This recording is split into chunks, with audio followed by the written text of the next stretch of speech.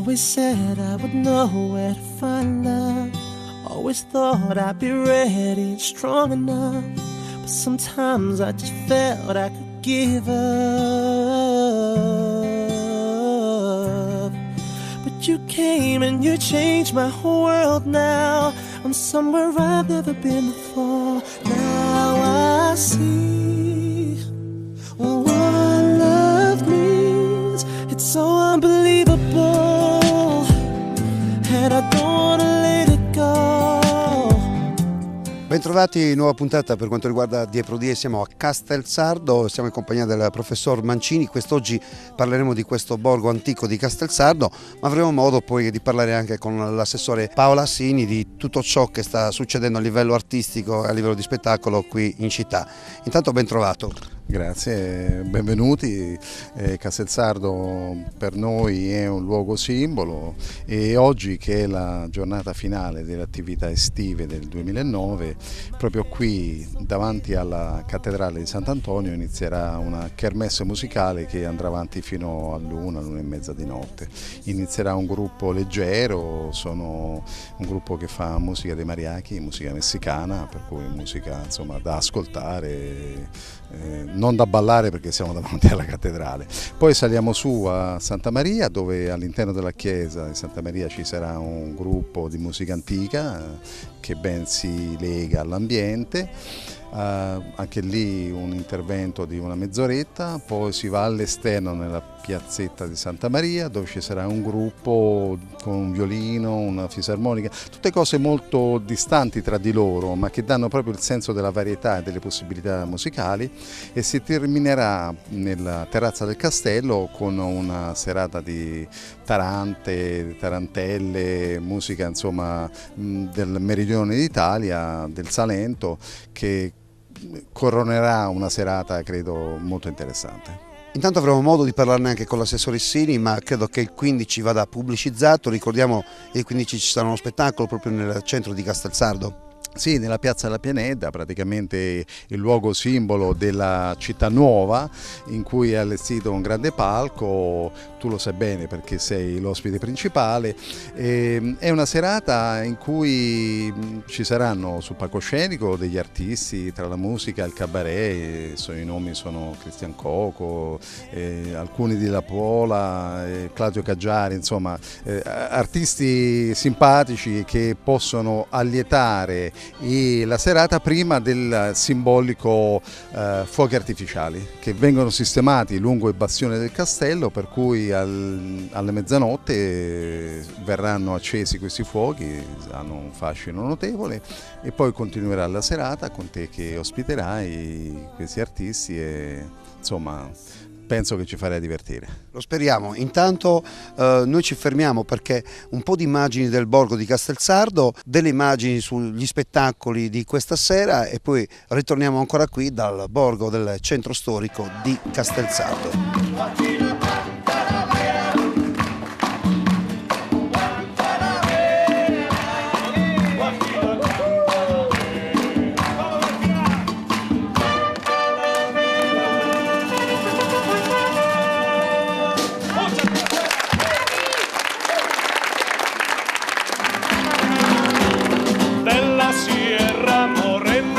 Cielito lindo viene bajando. Ay, ay.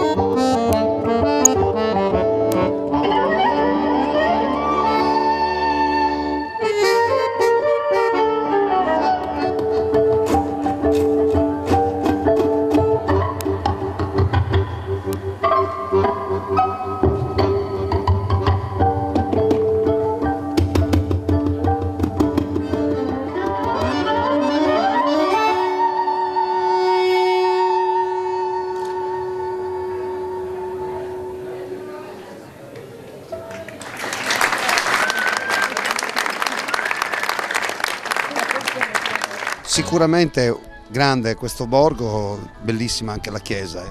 Ma Castelsardo ha una caratteristica che è rimasta intatta, diciamo, dal punto di vista architettonico nei secoli.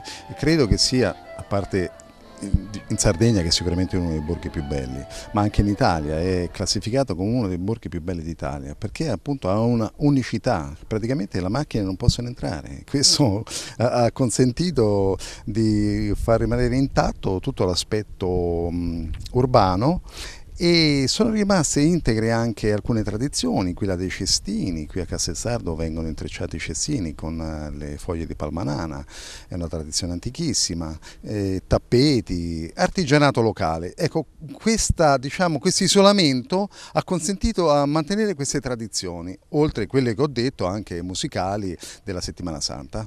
Noi a questo punto diamo lo spazio all'assessore e poi ci rincontriamo per i saluti.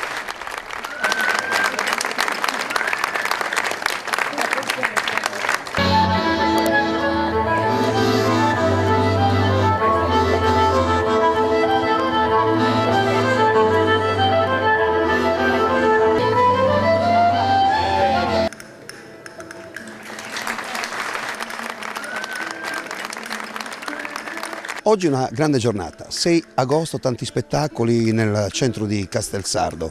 Un grande lavoro da parte dell'amministrazione per far sì che arrivino tanti turisti, per far sì insomma, che Castelsardo diventi sempre più bella anche di notte e anche di sera, no? Sì, assolutamente sì, è stato fatto un lungo lavoro per quanto riguarda proprio la valorizzazione del centro storico a Castelsardo.